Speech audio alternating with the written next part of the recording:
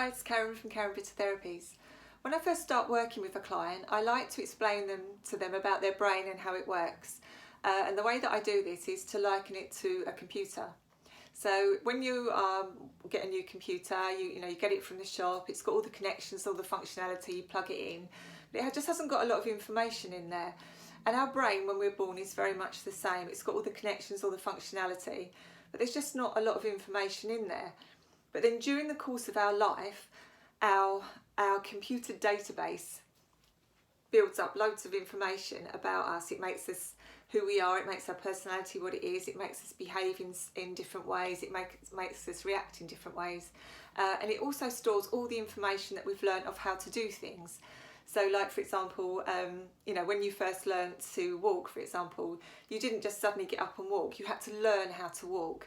So you had to, over time, you would start to crawl, then you'd start to toddle around and fall over all the time. But then over time, you got better and better and better at walking until you could literally just walk across the room and not think anything about it. And our brains have learned thousands and thousands, or probably millions of things that we do like that. And our brain can then run on autopilot. So you literally will think, oh, I need to walk over to the other side of the room. And you're not thinking, oh, I need to put my left leg there and my right leg there, and I need to balance and I need to make sure that I'm headed in the right direction. You just get up and walk.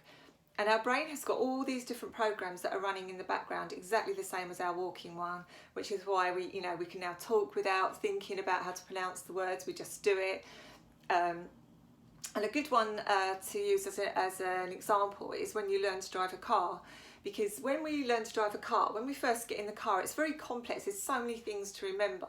It's not just us, it's about other people on the road and everything. We have to have a very strong perception of where we are and what we're doing. And obviously when we first do it, we're rubbish. You're stalling the car and you go drifting over into the middle of the road. And so, I think it's an average of 30 to 40 hours is an average of somebody to learn to drive a car. So during the course of that 30 to 40 hours, they just get better and better and better at driving. And even when they go to, and pass their test, they are still very sort of conscious of what they're doing. They're very aware of what they're doing. They're thinking about what they're doing.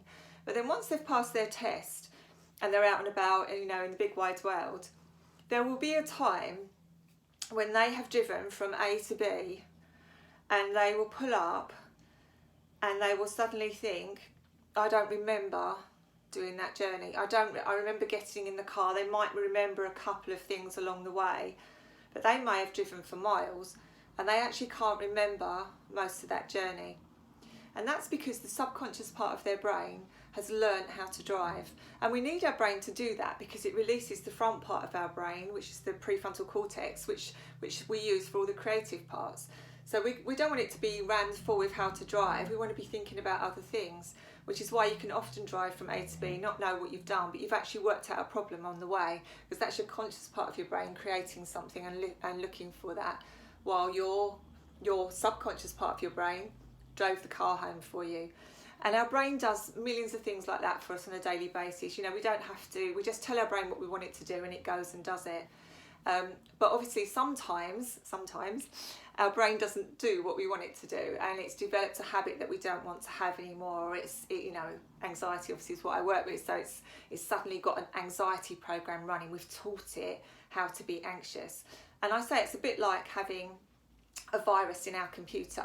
There's a tiny thing, most of everything our brain is doing is exactly what we want it to do. But there's a virus or maybe a couple of viruses in that computer that just need tweaking. So really in therapy, it's kind of like a reboot.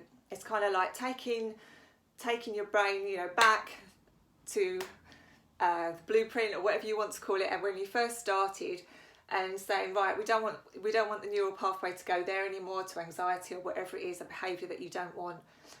We create a new neural pathway.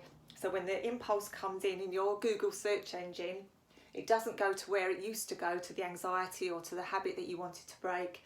It goes to the new one instead. So I hope that makes sense, and I hope it's made it a bit more alive for you, and sort of, just helps you to understand what your brain does. So this has been Karen Britter, and I'll see you again soon. Bye.